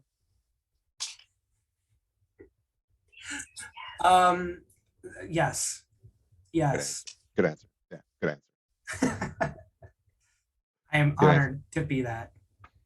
And Shiny Shoes, thanks for hanging out, and thanks for subbing as well. So I saw a random comment in the chat. I don't know if it was quite a question, but a waxing episode from Joe DeSanti. I need to understand what that reference is. So that's back in the Now This Is Wrestling time. So we had our own podcast that had an awesome run to it.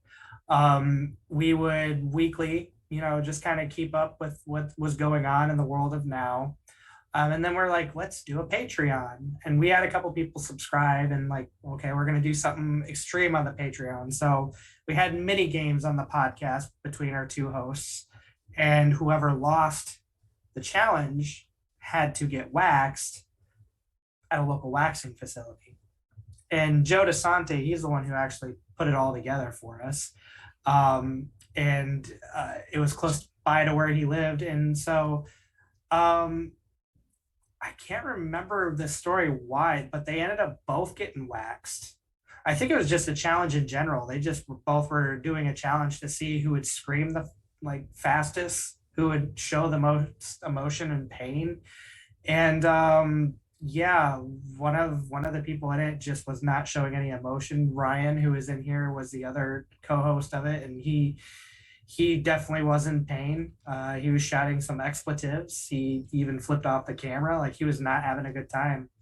And I think, whoever lost got chopped in one of the places that they were waxed.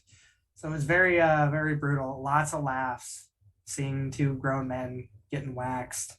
I mean, there are so many takes where I just couldn't handle it, and unfortunately I only had one camera that night. So a lot of that footage is terrible because I'm just shaking from laughter the entire night. Probably one of my favorite things to film with good people. So. All right. Well, very, very interesting. And I appreciate you explaining that, because I was very confused of what that reference was to. Yeah, it was very interesting. So one more question, and it's actually from me. All right. So it's a very specific question. Because you mentioned you're a big fan of The Office, I need to know, who was the Scranton Strangler? So I'm going to buy into the conspiracy theory that it was Toby. Now, okay, I'm going to do one better than that one too. All right. So let's twist this one up too. There is a theory out there. Val is just so lost at this. I'm with you. Don't worry, Logan. It's me and you right now. It's good. Don't worry about Val. I'll just go. Hang it up. That Kevin, and this was actually this was brought to attention to me by my girlfriend. Kevin Malone is actually a wise person who has been embezzling money from the company all these years. He is a fraud extraordinary. Now, if you think back in the fire episode 2, when Dwight starts the fire, everyone's panicking and running. Who's stealing stuff from the company? Kevin. Kevin is obviously smart with numbers. He can count pi very well. Why can't he do that with numbers? He's just playing dumb. Well, I'm just too dumb. I can't do numbers. And then if you look back to the series finale, he got fired. There's a lot of things that there was a deep rabbit hole that went into it, but Kevin is actually way smarter than what you think he is. And he actually is the reason why Dunder Mifflin had a lot of financial troubles, if you go back in the accountant episodes too. But to rewind back to your question, definitely Toby. I think Toby, but there's also the theory that here I'm saying I'm an Office fan. Why can't I think of his name? This is when the limelight is on me. He was one of the big bosses at Dunder Mifflin. Robert California? No. Corporate level. Oh, David Wallace. David Wallace. Yeah, yes. There you go. He was a Scranton Strangler because apparently anytime he was in an episode and he was in Scranton is when something happened with the Scranton Strangler. And he is such a perfect gentleman. Just a rich guy, just come in, overnight stay, kills somebody, and he leaves town. Nobody suspects him. So there's also a fan theory that David Wallace is in fact the Scranton Strangler. So I mean, when you have time, sometimes you just go into those rabbit holes. When you're as obsessed with The Office, like you're just like, all right, well, let's just look more into these characters. So I could talk about The Office so much. Like I said, I went to Chicago twice to go to the Office fan experience. I have like mini set replicas, props from the show. Like it's like $30 a ticket, and it was well spent each time that I went. I have so many pictures. That's where I got that blanket from too. I have Dunder Mifflin pants. I have Dunder Mifflin shirt. I have Dunder Mifflin hat. I have Dunder Mifflin socks. Like, come on, can't beat me as a fan. Very awesome. I'm gonna go back and binge again and watch and think about those two theories. Yeah. I just fail to believe that the guy who invented "suck it" is the one who is the strangler. That's just. He's such a perfect gentleman, though. It's usually how it is. All right, Val. We're back, Val. We're not talking about The Office anymore. Yeah. Okay. Sorry, I was catching up on my Twitter. No worries. No worries. So, good. Thank you for that. Thank you, chat, for those questions. So, Logan, one more question for you. Are you prepared and ready for the lightning round? Let's do it. I'm excited. I'm nervous, but I'm excited. So 10 questions. Try not to think too hard about them. We'll get through them pretty quickly. Is this one of those like rapid fire? You just say what first thing comes to my mind? Yes, exactly. All right. Exactly. The promo's done. We are back. All right. Question number 1. Favorite holiday? Halloween. What superpower would you choose? Invisibility. If the toilet paper roll is really low, but not completely out, do you replace it or leave it for someone else? I don't fully replace it. I'll just put an extra roll on the counter. Morning or evening person? Evening. Cake or pie? Cake. Favorite childhood TV show? Full House. Favorite number? 1. Favorite ice cream flavor? Oh, that one's kind of hard. That's what she said.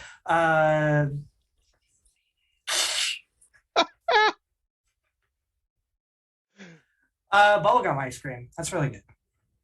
Number 9, climb a mountain or jump from a plane? Climb a mountain. And number 10, what temperature is your thermostat set at? 71. Logan, I guessed, and it's 71. Good job. You have survived the lightning round. Those were 10 questions. You did probably the best I've heard in a while as far as getting them rapid fire. Val, back to you.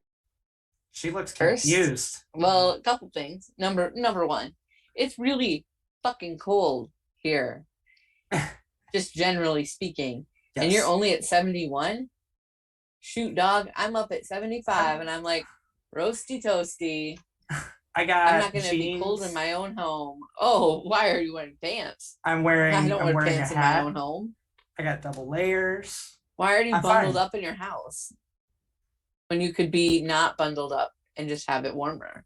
I just wanted to look good for you. I just want to look good for this podcast, so I dressed up. So I wore a shirt and a bra. So yay. Looking good. And then I think you were mad about the bubblegum ice cream. Yeah, what the hell is that? Go to Baskin Robbins. We have one in town. It's a weird thing. Like if you don't like bubblegum in general, like the bubblegum standard flavor. I mean, I generally do. I just don't think I want it as an ice cream. It's weird. I mean, I would try a little bit. I would take a little trials, like a little teeny spoon, and go. There's bubblegum and see if I feel about it. There's bubblegum pieces. Do you eat them? Yep. You just like start chewing and eat them. Yep. It builds up over time. You swallow the bubblegum. I don't swallow the bubblegum. I'm not a monster. Well, what are you doing if there's pieces of bubblegum in the ice cream? You're not just chewing. Saving them. You're not just saving them all up for the end. Tuck them in your cheek. No. Why would you do that? This is bizarre. It's good. It's an experience that you must have sometimes. Just get a tiny scoop from Baskin Robbins. I'll get you a pint that you can try on Saturday. Just take a couple nibbles off that, and I'll just say that'll be my pre-show snack on Saturday, and I'll be just fine with it. One small spoon of bubblegum ice cream. The fact is, I think it's like a half hour from the venue, so I have to time it perfectly. I don't think it would work out, but there's only one here, and it's clear on like the other side of town. Yeah, I was gonna say I didn't know that there was one here. To be honest, I thought there was not a lot in of people Lincoln, knew. but Yeah, there is one in Lincoln, but not a lot of people know about the one here in Omaha. So is it like on 180th or some shit? Yeah, it's right next to the pumpkin patch here. Ugh. It's way out there. Ugh. And I will say on that Full House question, I didn't say this on the Lightning. R.I.P. Bob Saget. I was gonna say it. I do not get emotional that much for like celebrity deaths because I mean they're celebrities. I don't know them. I saw Bob Saget in person 3 weeks after 3 weeks after 3 weeks before he died. So there was that. He was at a local comedy club here, and I didn't know he was here. Yeah, he was at the Funny Bone here, and it's like such a small club to begin with. Yeah. I got VIP seats, and I was just thinking, hey, it's gonna be close. It's literally a table pressed right against the world's smallest stage, and I mean, basically Bob Saget's midsection was like right here the entire night. So they're that close to Bob Saget the entire night, and just seeing that human aspect and how positive of a person he was. Like he is everything. I've never seen a Bob Saget stand up, so that was like all new to me. Just I knew he was vulgar. That wasn't like a surprise to me, but like seeing him and how positive and how heartfelt he was, and like seeing like all the eulogies that are out there, like it's every sort of vibe I got from him, seeing him in person.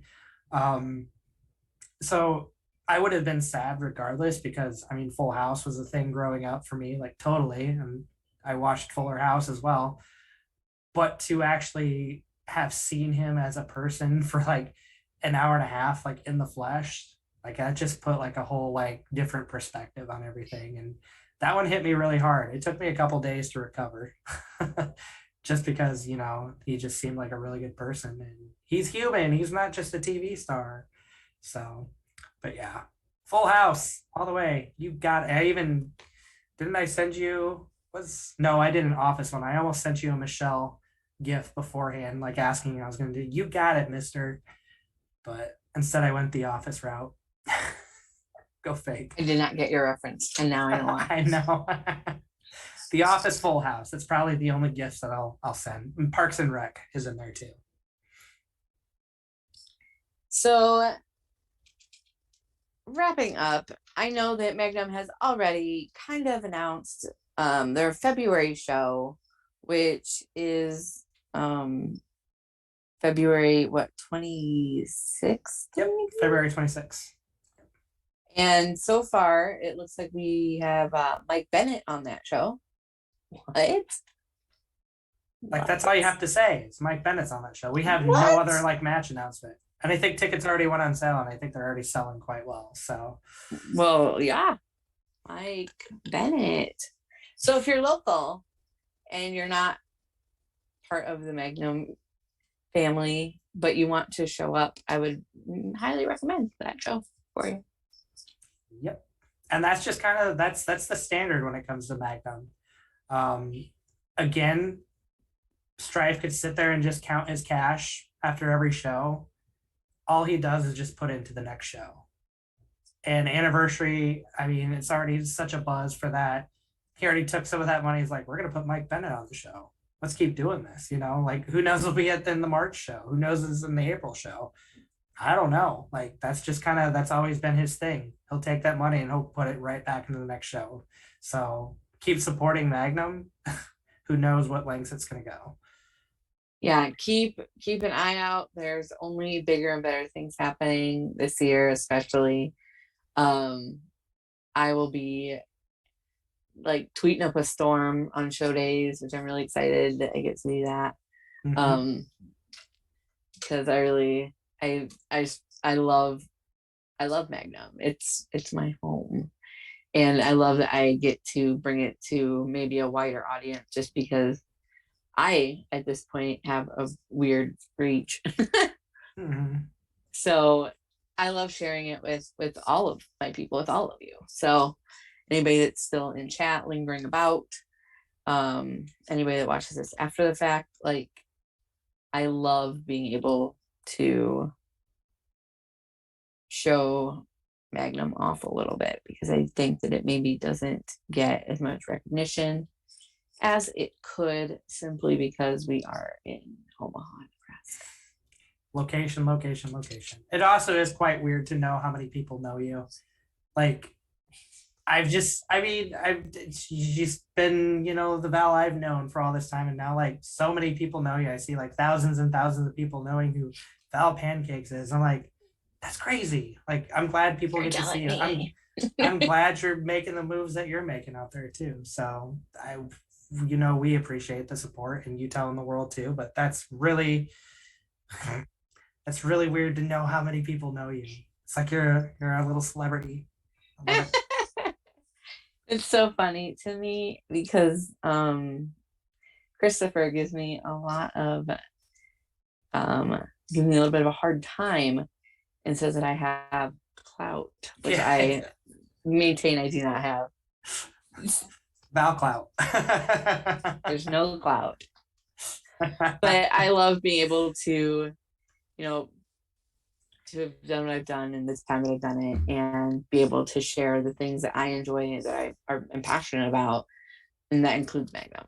So Magnum really started me on this weird little journey. And it is only fair, right, and wonderful that I give back to them in a way that I can, which isn't a lot, but it's a thing that I do.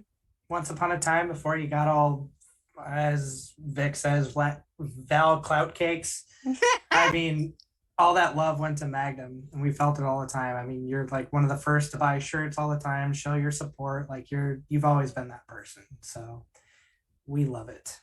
Love Magnum. On that note, follow Magnum. It is Magnum Pro. Is it still Magnum Pro on Twitter? Twitter.com/Magnum Wrestling. Magnum Wrestling now. Yep, everything's Magnum Wrestling. It's the complete. Oof. Oh, I'm gonna have to.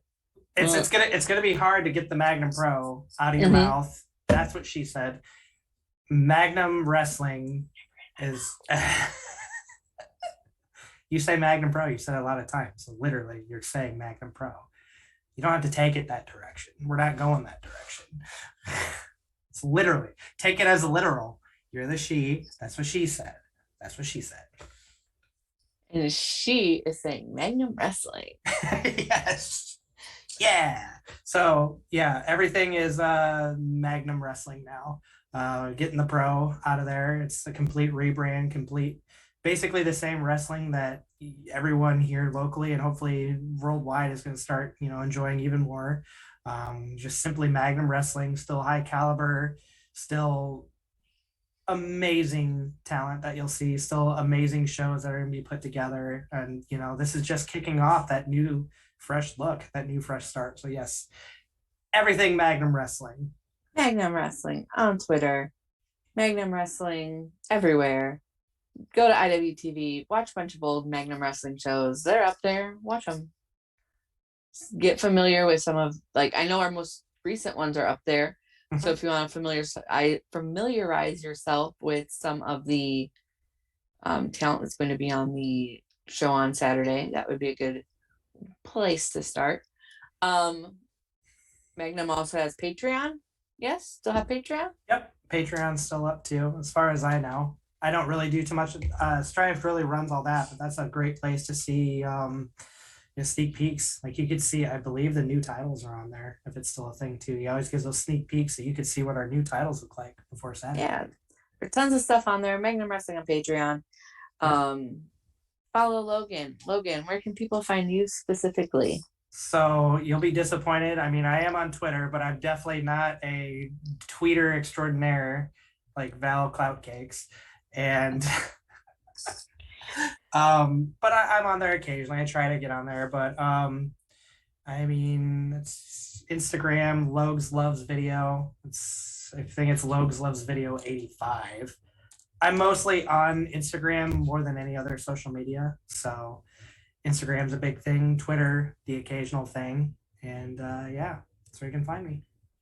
Hope. Magnum, I believe, also has Instagram. I know Magnum's on Facebook. Follow Magnum on Facebook. That we can keep abreast of the events that are coming up, so you can put those dates in your calendar so you can remember to go, because you're gonna want to. You're really, really gonna want to coming up. Like you're really gonna want to. It's a true story. Really, really gonna want to. And then they do go up on IWTV after the fact, yeah? Yeah, we try to maintain the schedule of, at least the month or like the week before the next show. So, with this one taking place this Saturday, more than likely it's going to be on IWTV February 19th, which is a week before the next show. So that way, if you didn't make it to the last show, you can, and you're in the area, you can watch that last show, get caught up to speed, and you're ready to go for the next show. Hell yeah. So follow Logan, follow Magnum Wrestling. Keep an eye out for Magnum Wrestling's Anniversary 11. That is January 22nd in Omaha, Nebraska at Stocks and Bonds, and will be appearing on demand on IWTV. Thank you, Logan, for hanging out with me tonight. Absolutely. I appreciate having you here. Very much a pleasure. Thank you, everybody in chat, for hanging out with us. Thank you, Christopher, for an impeccable lightning round. On behalf of our good friend Captain Chuckles, much appreciate all of you. Be sure to join me next week, same stack time, same stack place, as I talk with the Golden Grappler, Mr. Travis Huckabee. So very excited for that. Very excited for Magnum Wrestling this weekend. Thank you to everybody for joining us, and have a good night.